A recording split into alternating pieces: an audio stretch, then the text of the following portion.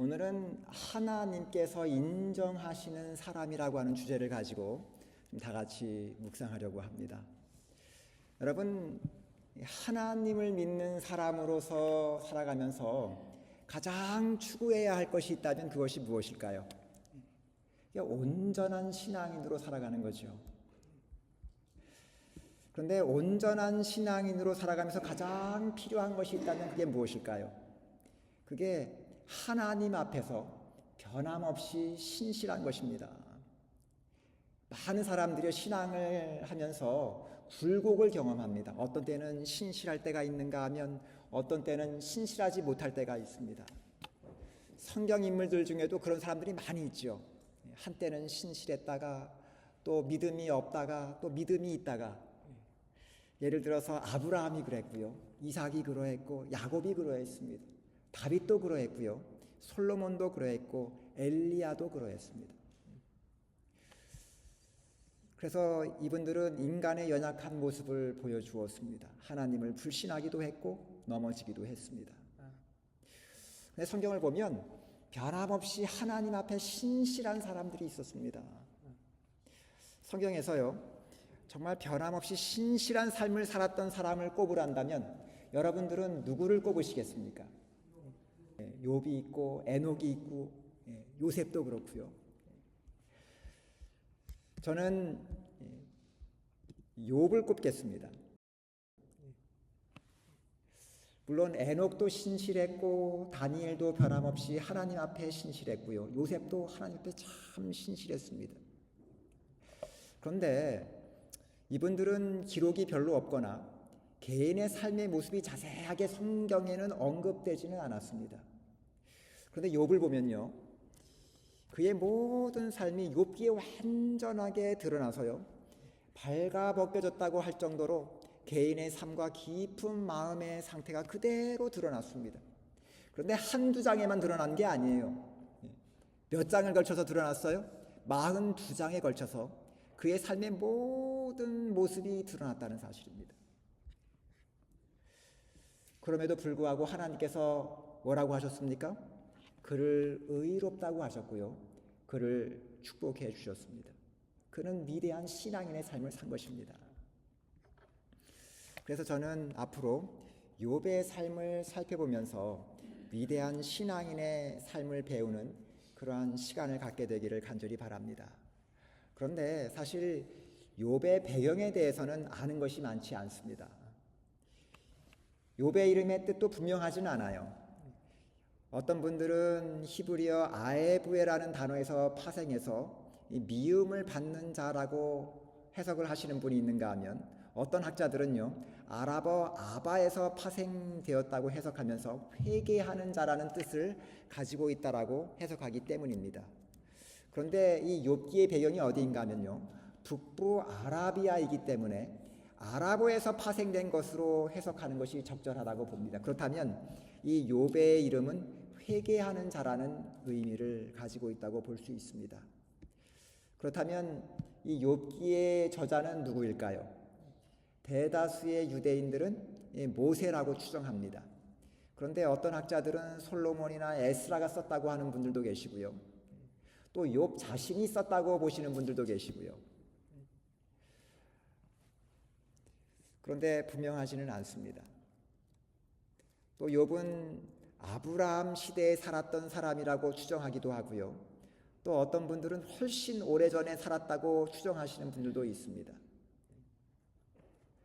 욥이 살았던 땅은 어디였습니까? 우스 땅인데요, 지금은 사우디아라비아와 이라크의 국경 지역입니다. 그런데 이 이야기가 기록된 것은요, 그가 약 60세 정도였을 것으로 추정하고요, 140년을 더 살고 약 200세 정도의 세상을 떠났을 것으로 추정합니다.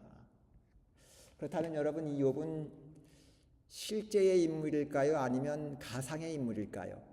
여러분 어떻게 생각하세요? 실제로 존재했던 인물입니다. 그것을 우리가 어떻게 할까요? 하나님이 그것을 증명해 주셨거든요. 그래서 에스겔 14장 14절을 보시면 뭐라고 적혀 있습니까? 비록 노아, 다니엘, 욥 이 세 사람이 거기에 있을지라도 그들은 자기의 공의로 자기의 생명만 건지리라. 나 주 여호와의 말이니라. 그래서 하나님께서요, 욥을 노아와 다니엘과 같이 실제로 존재했던 인물들과 함께 열거하셨습니다. 이것을 보면 욥은 가공의 인물이 아니라 노아나 다니엘처럼 실제로 존재했던 인물이라는 것을 확신할 수 있습니다. 이렇듯 욥은 아주 오래전의 사람이기 때문에 분명하지 않은 부분들이 있는 것은 사실입니다. 그럼에도 불구하고요, 아주 확실한 것이 있습니다. 그것은 무엇인가 하면 욥은 하나님께서 인정하신 사람이라는 것입니다. 그는 위대한 믿음을 가진 사람이었습니다. 여러분, 한 사람이 어떤 삶을 살았는지를 평가하려면 하나님께서 그 사람을 어떻게 평가하셨는지를 보는 것이 가장 중요합니다. 여러분, 사람의 평가는요, 그 사람과의 이해관계에 따라서 엇갈리는 경우들이 참 많습니다. 내가 좋아하면 좋은 사람, 내가 싫으면 나쁜 사람. 그렇죠? 또 어떤 경우에는요, 살아있을 때는 실컷 욕을 하다가 죽은 다음에야 그 사람을 아쉬워하고 높이 평가하는 경우들이 참 많습니다.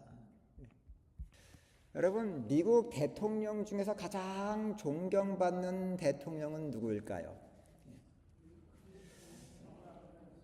2014년 워싱턴 포스트가 미국 정치학계의 대통령 분과 소속 전문가 162명을 대상으로 설문조사를 했습니다. 가장 위대한 미국의 대통령은 누구인가? 3위가 프랭클린 루즈벨트 대통령이고요. 2위가 조지 워싱턴, 2위가 여러분들이 말씀하신 대로 에브라함 링컨이었습니다.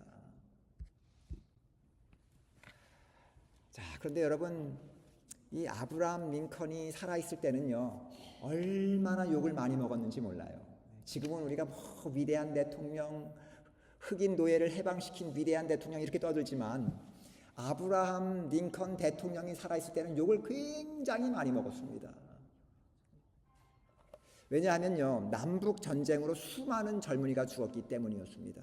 그러니 좋아할 사람이 없었습니다. 남군은 말할 것도 없고요, 북군에서도요, 왜 전쟁을 일으켜서 젊은이들이 죽어야 하느냐 원망을 굉장히 많이 들었습니다. 그래서 아브라함 링컨도요, 칭찬에 목말라 있었다는 것입니다. 그것을 우리가 어떻게 알 수 있을까요? 여러분, 1865년에 아브라함 링컨 대통령이 포드 극장에서 피격되었습니다. 그날 밤에 이 대통령의 호주머니에 있었던 것이 다음과 같은 것들이었습니다. 안경, 렌즈 닦기, 주머니 칼, 줄 달린 시계, 손수건, $5짜리 지폐가 들어있는 가죽 지갑, 그리고 대통령 자신과 자신의 정책을 지지하는 기사를 포함해서요, 자신을 칭찬하는 신문기사 오린 것 8개가 들어있었다고 합니다. 얼마나 욕을 많이 먹었으면 자신을 지지하는 신문기사를 오려가지고 주머니에 넣고 다녔겠습니까? 그럼에도 불구하고요, 아브라함 링컨 대통령은 죽은 후에 미국에서 가장 존경받는 대통령이 되었다는 것입니다.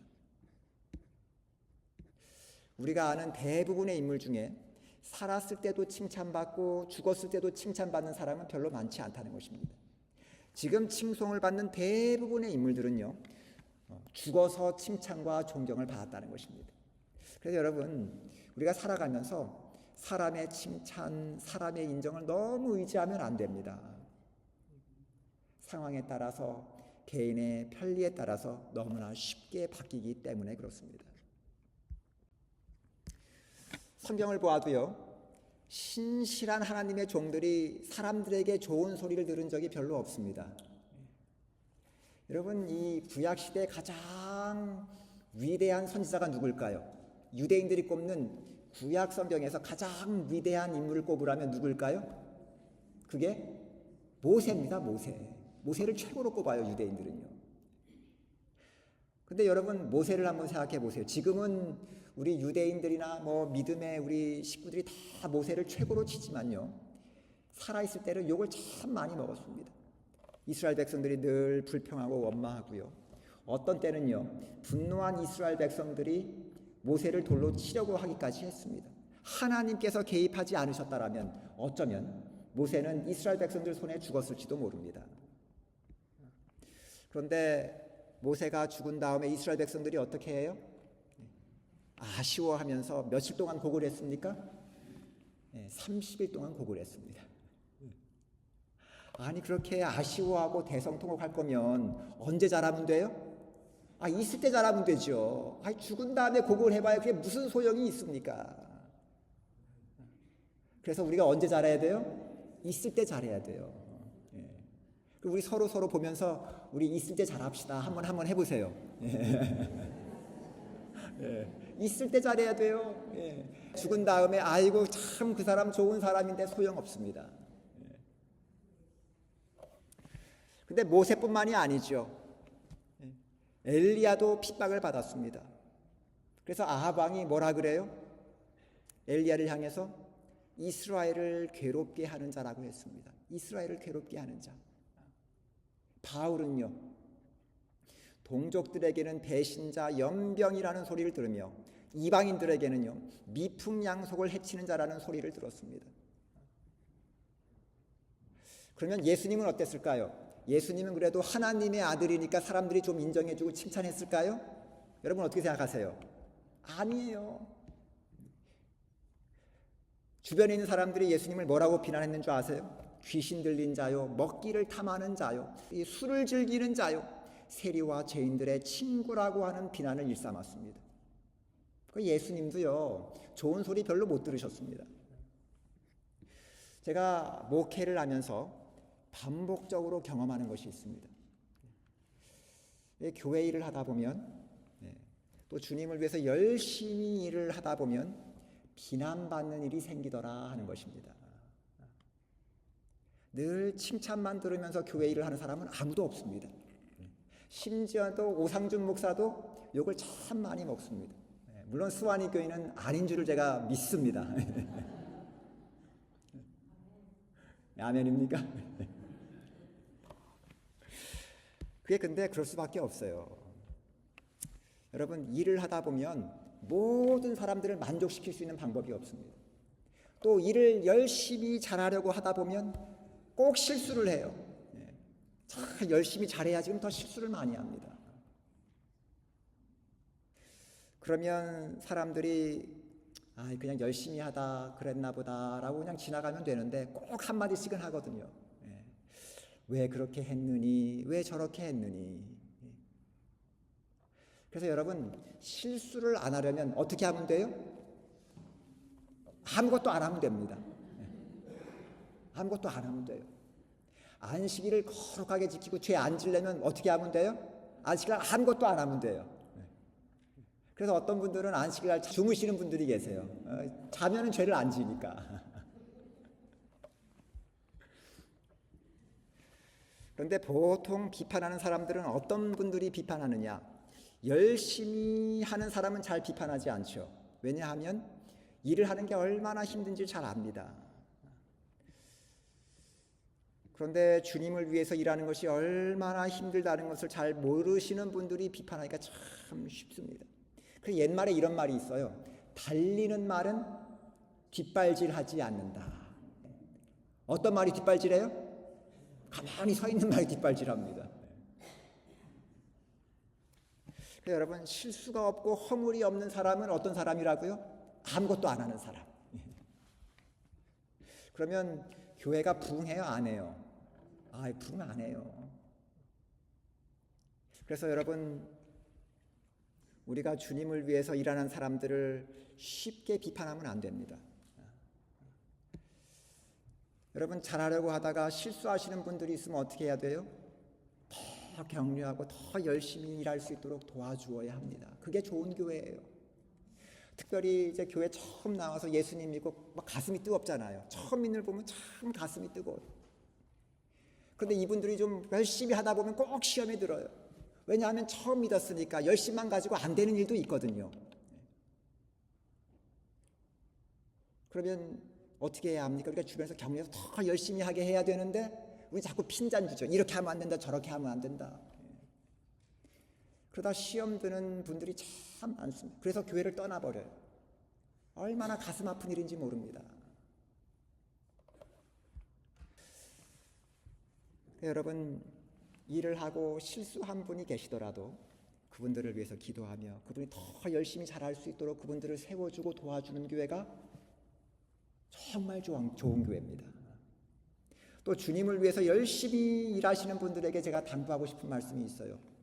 비난받는다고 낙심하지 마세요. 비난받는다고 낙심하지 마세요. 그거 너무나 당연한 겁니다. 당연하다고 생각하세요. 예수님도 일하다가 욕을 먹었는데 아니 예수님보다 더 잘하실 자신 있으세요? 없잖아요. 그럼 욕 먹는 거 당연하죠. 예수님도 욕을 드셨는데. 그래서 무엇을 기억하셔야 하냐 하면 우리는 사람을 위해서 일하는 게 아니라는 것입니다. 누구를 위해서 일하는 거예요? 하나님을 위해서 일하는 거예요. 하나님. 그러면서 우리를 위해서 고난 당하신 주님을 생각하면서 잘 참기도 하시고요. 또 들을 만한 이야기는 겸손하게 들어주시기도 하세요. 또 반대하는 사람들도 다 잘 다독거리시면서 끝까지 잘 감당하시게 되기를 바랍니다. 이런 분들이요, 하나님의 풍성한 축복을 누리실 뿐만 아니라 하나님은 이런 사람들을 통해서 역사하십니다.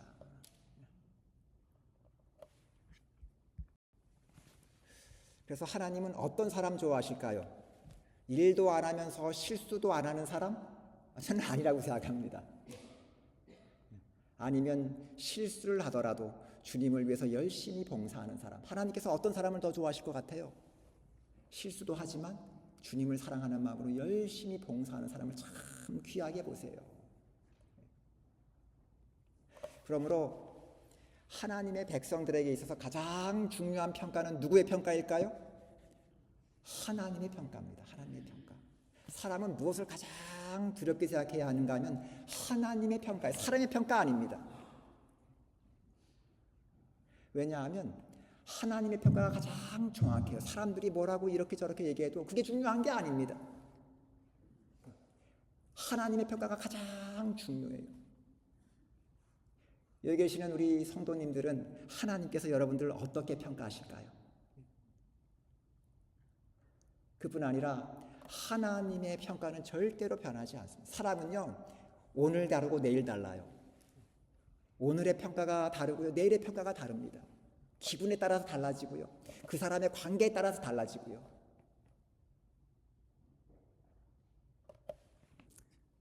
뿐만 아니라 우리는 하나님의 평가에 의해서 우리의 영원한 운명이 결정 지어진다는 사실입니다. 사람들의 욕은 많이 먹으면 많이 먹을수록 오래 산다는 말이 있잖아요. 네. 그런데 하나님의 평가는 그렇지 않거든요. 하나님의 평가는 가장 공정하세요. 그리고 그 평가에 의해서 우리의 영원한 운명이 결정 지어진다는 것입니다. 그런데 욥은 하나님께 어떤 평가를 받았습니까? 완전한 사람, 온전한 사람이라는 평가를 받았습니다.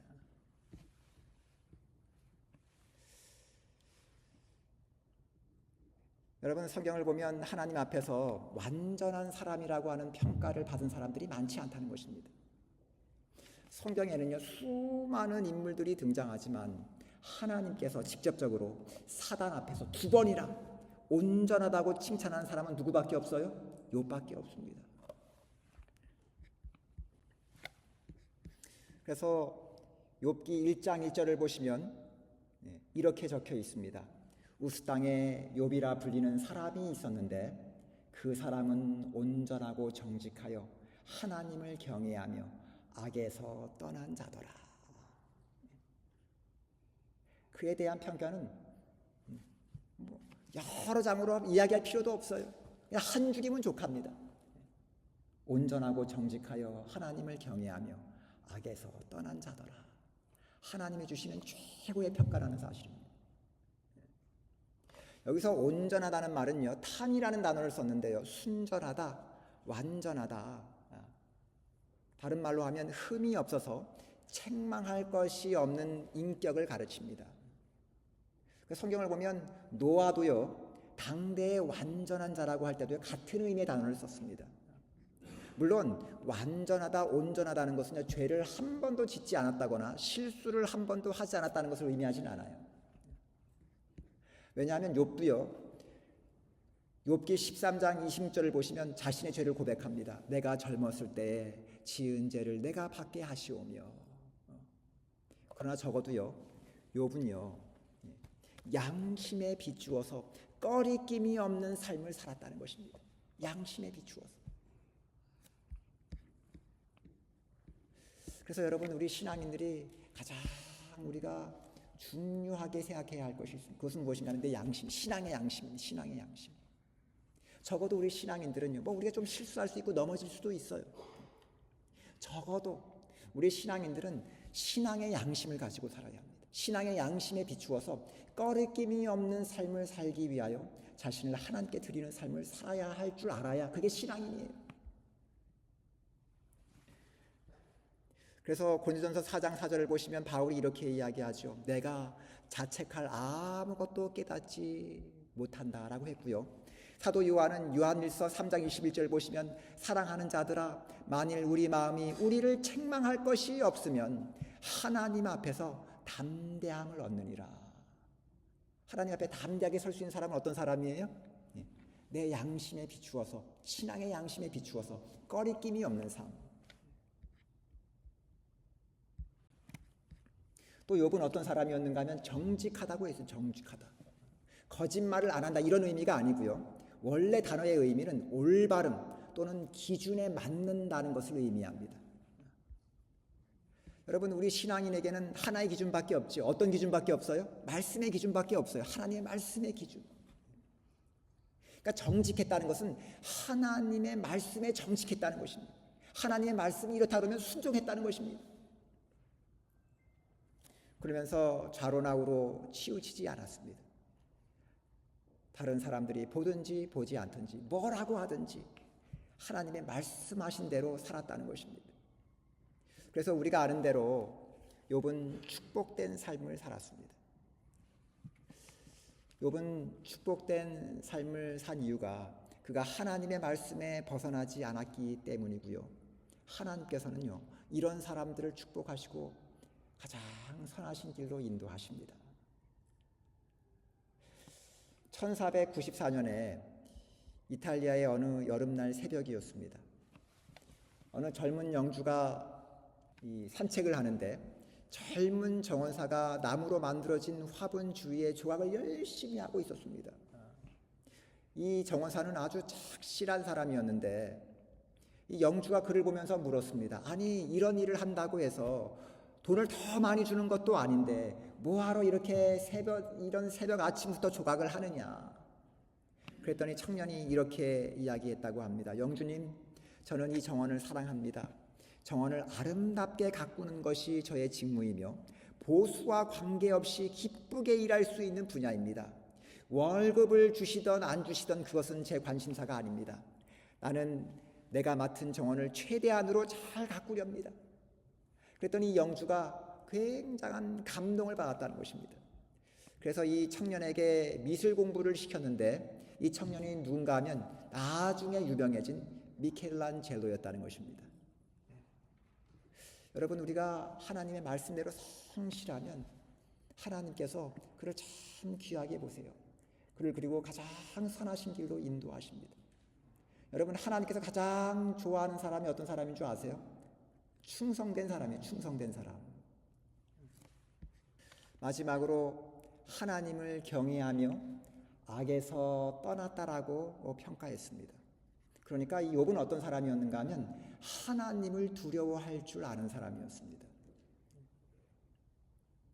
여기서 경외하다, 두려워한다는 말은 뭐 위협을 느끼고 공포를 느낀다 이런 의미가 아닙니다. 뭐 자신의 목숨을 해하려는 강도 앞에서 느끼는 그러한 공포심이 아니에요. 그래서 어떤 분들은 이 하나님을 경외하다, 하나님을 두려워하다를 존경한다라고 표현하시는 분도 계시는데 물론 틀린 말은 아닙니다. 영어로 좀 표현하면 respect한다. 근데 respect은 너무나 좀 가벼워요. 조금 더 무거운 말을 쓰자면 reverence라는 말이 있죠. 그런데 이 표현도 조금 부족합니다. 이 한국말로 한 단어로 표현하기가 참 어려운 단어가 하나님을 경외한다, 하나님을 두려워한다는 표현이거든요. 제 나름대로 표현하자면 이런 표현을 쓸 수 있어요. 하나님의 완전하심, 위대하심, 그리고 하나님의 영광에 완전히 압도당해서 하나님, 나는 아무것도 아닙니다를 고백할 수밖에 없는 상태. 그게 하나님을 경외하는 것입니다. 여러분, 우리가 이 원시림에 가서 대자연을 보면요, 그 위대함 앞에서 우리가 소름이 돋고 압도를 당하게 됩니다. 야, 그 위대한 그 천연계를 보면서 야, 인간이 아무것도 아니구나. 그런데 하나님 앞에서 느끼는 경외감은요, 이것보다 1000만 배, 100만 배 더 크다고 보시면 돼요. 그게 경외감이에요. 하나님의 위대하심과 하나님의 그 의로우심 앞에서 정말 낮아지고 겸손해질 수밖에 없는 상태. 그게 경외감입니다.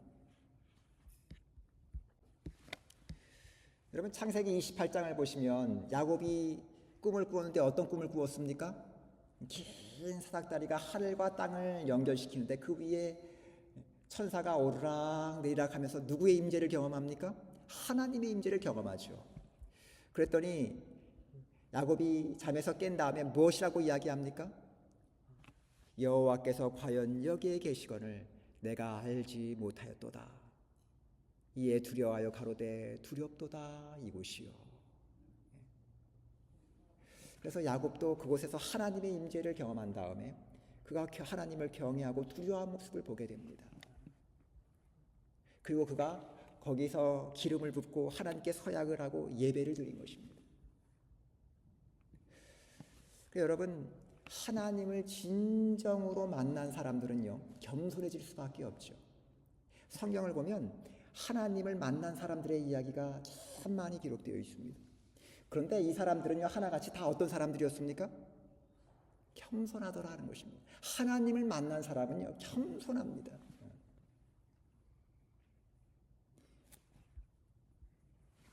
그리고 하나님을 순종할 수밖에 없고 하나님 앞에 예배할 수밖에 없습니다. 그리고 이런 사람들은요, 무엇을 멀리해요? 악을 멀리하더라. 악을 멀리하더라. 하나님을 만난 사람들, 하나님의 임재를 느끼며 살아가는 사람들은 악을 멀리하는 삶을 살아간다는 것입니다. 하나님 앞에서 죄를 함부로 지을 수 있는 사람은 아무도 없어요.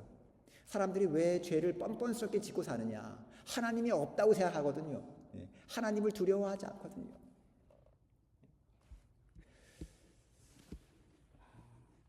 그래서 여러분, 요즘 시대에 가장 큰 문제는 무엇인가 하면 하나님을 두려워하지 않는 것입니다.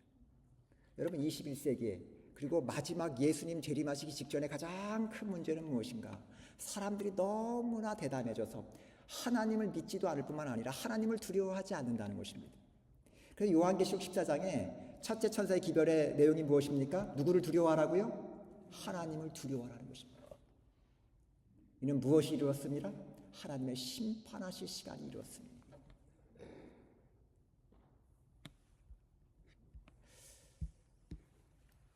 그러므로 욥은 하나님을 경외하고 두려워하는 사람이었습니다. 그래서 그는 자녀들이 나가서 막 파티를 하고 잔치를 벌이고 하면 어떻게 했습니까? 자녀들을 불러다가 하나님 앞에 그 수대로 번제를 드렸습니다. 왜 그랬을까요? 혹시 내 아들들이 죄를 범하여 마음으로 하나님을 욕되게 하였을까 함이라. 욥의 행위가 항상 이러하였더라. 가끔씩만 그랬다는 게 아니다. 항상 이랬다는 것입니다. 그래서 하나님을 경외하는 사람은 어떤 상황 속에서도 흔들리지 않는 마음으로 주님을 사랑하며 섬기는 사람들입니다. 여러분, 저는 오늘 설교를 정리하면서 우리 모두가 하나님 앞에서 욥 같은 삶을 살아가시게 되기를 간절히 바랍니다. 욥처럼 하나님께서 인정하실 수 있는 삶을 살아가시게 되기를 바랍니다. 물론 사람의 평판도 중요합니다. 사람의 평판이 전혀 중요하지 않다는 이야기는 아니에요. 그러나 하나님께 인정받는 삶이 더 중요하다는 것입니다. 왜냐하면 하나님의 평가는 가장 정확하시고요, 그것은 우리의 영원한 운명을 결정시키기 때문입니다. 그래서 하나님께서 우리를 향해서 너는 정말 온전한 사람이야 하실 수 있을 정도로 우리 양심에 충실한 삶을 살아가시게 되길 바랍니다. 또 하나님의 말씀에 정직한 삶을 살아가세요. 양심에 정직하지 않은 사람들은 아무리 하나님의 말씀을 들어도요, 잘 순종하지 않습니다. 정직한 사람은, 양심에 정직한 사람, 하나님의 말씀에 정직한 사람들은 어떤 순간에도 하나님의 말씀에 순종하는 삶을 살아갑니다. 마지막으로 하나님을 두려워할 줄 아는 성도가 되시기를 간절히 바랍니다. 하나님을 믿는 사람은 적어도요, 하나님을 두려워할 줄 알아야 진짜 믿는 사람이에요. 하나님을 진짜 믿는 사람들은요, 죄를 함부로 짓지 않습니다. 하나님이 살아계셔서 우리를 지켜보신다고 믿는 사람들은 하나님 앞에 신실한 삶을 살아갈 수밖에 없습니다. 하나님은 이러한 사람들을 사랑하시고요, 이러한 사람들을 하나님께서 가장 선하신 길로 인도하십니다. 저는 오늘 설교를 정리하면서 여기 계신 우리 모든 성도님들이 하나님께 인정받는 성도, 하나님께 칭찬받는 성도가 되시기를 간절히 바라면서 오늘 설교를 마치겠습니다.